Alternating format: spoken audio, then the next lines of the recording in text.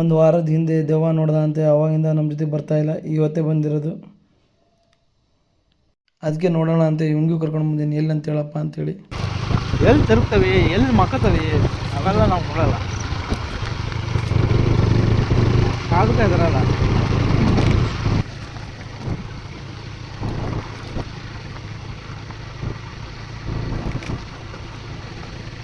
ಯಾಕಪ್ಪ ಇವನು ಪಾರ್ಟಿ ಮಾಡೋದೆಲ್ಲ ತೋರಿಸೋದು ಬಿಟ್ಟು ಬರೀ ದೇವಿನ ತೋರ್ಸಾಕತ್ತಾನ ಅಂತ ತಿಳ್ಕೊಬೇಡಿ ಫ್ರೆಂಡ್.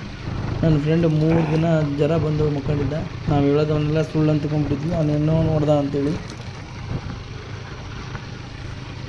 ಇವಾಗ ನಾವು ಎಲ್ಲಿಗಾದ್ರೂ ಹೋದ್ವಿ ಅನ್ಕೋಣ, ಅಲ್ಲಿ ಏನಾರ ಐತಿ ಅಂತ ಅನ್ಕ, ಈ ದೆವ್ವ ಆಗಲಿ ಅದಾಗಲಿ ಇದಾಗಲಿ ಅಂತಾರ.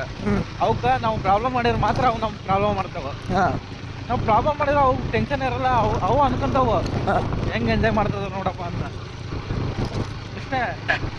ನಾವು ಅವ್ನು ಹೇಳೋದು ನೋಡಿದರೆ ನಗಾಕತ್ತಿದ್ವಿ ಕಾಮಿಡಿ ಅಂತೇಳಿ. ಅವನು ಯಾವಾಗ 3 ದಿನ ಜ್ವರ ಬಂದು ಮಕ್ಕೊಂಡಿದ್ದಾನೆ ನೋಡಿ, ನಾವು ಏನಾತಪ್ಪ, ಏನು ಸನ್ನಿವೇಶ, ಇಲ್ಲಿ ಏನಾಯ್ತು ಅಂತ ಕೇಳಿದಾಗ, ಇಲ್ಲಪ್ಪ ಅಲ್ಲಿ ನೋಡಿಬಿಟ್ಟೆ ಕೈ ಮಾಡಿ ಕರಿತಾ ಇತ್ತು, ಅದೊಂದು ಸರಿ ಮೈದು ಏನೋ ತಗೊಂಡಂಗೆ ಗೊತ್ತಿಲ್ಲ. ಅವನು ಪಾಪ ಹೆದ್ರಿಬಿಟ್ಟು ನನ್ನ ಫ್ರೆಂಡ್ಸ್ ಅವ್ನು ಭಾಳ ಕೆಟ್ಟದು. ಅದಕ್ಕೆ ನಾವು ಇಲ್ಲಿ ನಮ್ಮ ಫ್ರೆಂಡಿಗೆ ಅಂದೆ, ಬಾರಪ್ಪ ಒಂದು ಸರಿ ವಿಡಿಯೋ ಮಾಡೋಣ, ಒಂದು ಸರಿ ಹಾರರ್ ವಿಡಿಯೋ ಮಾಡೋಣ ಅಂತ ಕರ್ಕೊಂಬಂದ್ವಿ.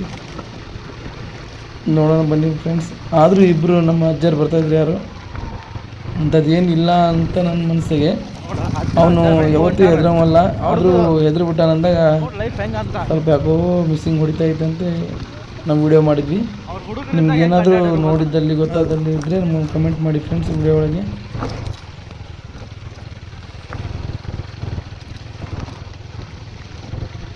ಅವನು ಹೇಳಿದ್ದು ಸುಳ್ಳು ಅಂತ ನಾವು ನಂಬಿದ್ವಿ. ಅದಕ್ಕೆ ವಿಡಿಯೋ ಮಾಡಿದ್ಮೇಲೆ ನೋಡೋಣ ಅಂತೇಳಿ ವಿಡಿಯೋ ಮಾಡೋಕ್ಕೆ ಬಂದಿದ್ವಿ ಫ್ರೆಂಡ್ಸಿಗೆ.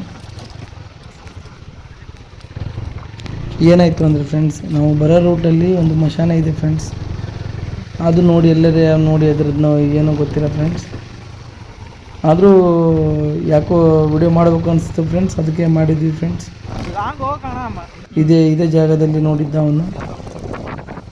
ಅದು ನಮಗೇನು ಅಷ್ಟೇನು ಅನಿಸಿಲ್ಲ ಫ್ರೆಂಡ್. ನಮ್ಮ ಫ್ರೆಂಡ್ ಯಾವಾಗ ಜ್ವರ ಬಂದು ಇದಾದಾಗ ಒಂದು ವಿಡಿಯೋ ಮಾಡೋಕ್ಕೆ ಏನಾಗಿತ್ತಪ್ಪ ಅಂತ ಮಾಡಿದ್ವಿ ಫ್ರೆಂಡ್. ನಿಮಗೆ ಅದ್ರ ಕಾಣಿದ್ದಲ್ಲಿ ಕಮೆಂಟ್ ಮಾಡಿ ಫ್ರೆಂಡ್ಸ್.